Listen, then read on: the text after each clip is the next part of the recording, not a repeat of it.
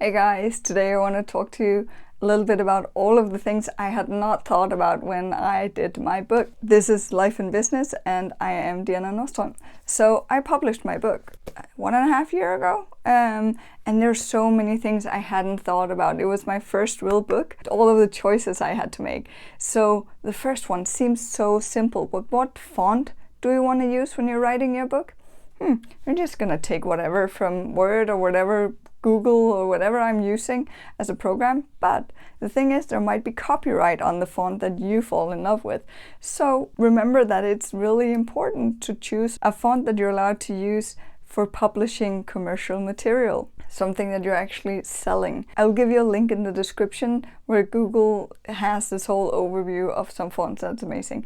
I chose the one called Lato because I thought it was easy to read and nice for the eye, so that's what I went for. And I really loved the font, so that's good, right? The next thing is, what are the font size that you're using in the book? I aimed at writing a 250-page book, and I thought it went so slow, the writing process. I was like, I'm never getting anywhere. And when I printed out some of my pages to kind of read and figure out how is this going, I kind of looked at it next to another book, and it was, oh wow, okay, so my font size is really small. So I took a look in some of the books I have from other authors that I really like and figured out what is a good reading experience for me. What font size do I like? And then I changed my font size to that one. And bonus, it gave me like 30 extra pages of my book because the font size was bigger than what I'd been using before, right? So it's a small thing, but the little victories in life, right? Another thing, the title of the book. What I did with the title was that I had an idea because I know what the book is about and I had this kind of idea, but both with the title and the cover, a really good thing to think about is what makes people stop. This is actually something I got from a friend who was like, Diana, you need to figure out what kind of title and what kind of cover will make people stop and pick up the book and see if it's something for them. Because that's what a book cover is supposed to do, right? It's supposed to make people pick it up and figure out if they want to read it. So what I did with both the title and the cover, I chose 4 to 5 options and I put it out to Facebook groups and had people vote, saying, hey guys, if you're going to pick up a book, which type of title and which type of cover would be most appealing to you? They voted and that's what I chose, the ones that was actually voted the highest. Do that, use the audience, use your future audience to help you build your book. That's a really good strategy as well for marketing and sales, because if you get people to participate in your process, they know about the book before it comes out. It will make your marketing process a lot easier. I pre-sold 103 books based on that.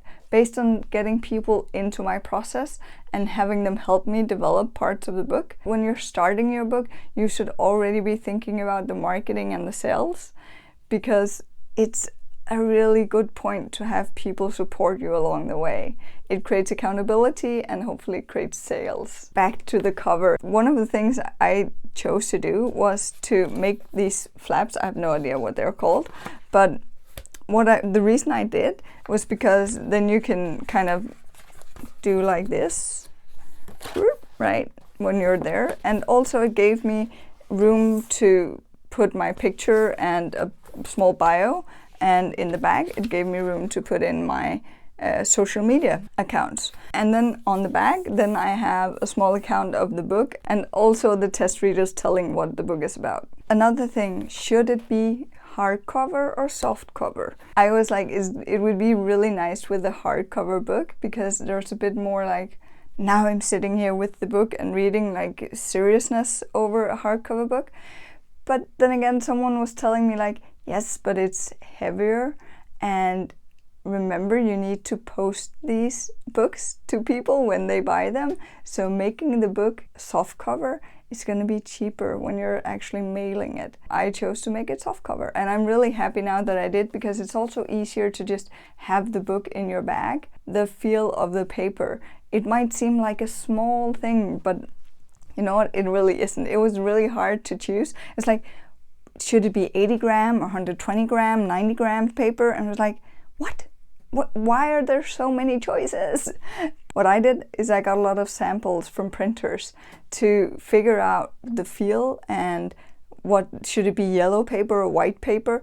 I wanted my book to be a book where you could highlight and write notes in. So that is really important, looking at the paper quality, because you don't want the highlight to go through and you don't want the pen to go through the paper. If you go out and look at novels, for example, it's usually kind of yellowish and thinner paper because it's usually cheaper.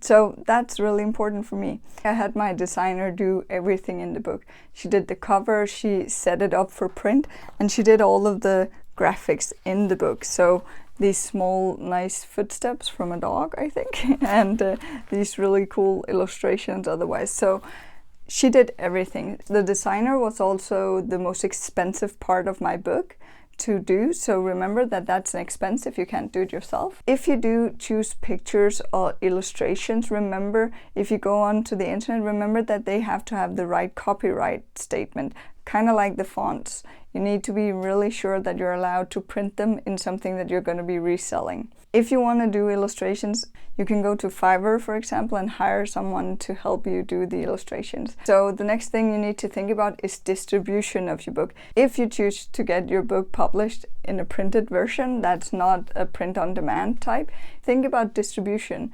What kind of service do you want to use? Do you want to use Amazon? How do you want to get it out to the bookstores? Are you okay with just being on Amazon, for example? Or do you want to get out to the physical bookstores? Think about how you can do PR for your book. I specifically chose a release date that correlated with a big TV show I wanted it to get into. Unfortunately, I didn't, but what I did is I finished my book and I published it, and it was amazing, right? But up until that point, I also got into 2 or 3 different magazines, and I also got on TV, a local station, but still. So I did a lot. I think I'd written about 15 to 30 pages of the book when I got on to a TV interview about the book. So that was amazing, right? And just recently I donated 3 books for a competition and my sales spiked. So all of these things on how you can strategize on your sales and your marketing. When is it good for you to actually give books away? How much do you think it will get back? The ones I gave away was like, we're gonna print this as a competition in 700,000 magazines. And I was like, yeah, not magazines, one magazine, but it went out to 700,000, right? So like, okay, that's a good investment, right? Think about how can you promote it. Hopefully your process will be a little bit easier after watching this video. That's my goal, at least. So let me know if you have any other questions, and otherwise just have fun and get shit done. Bye.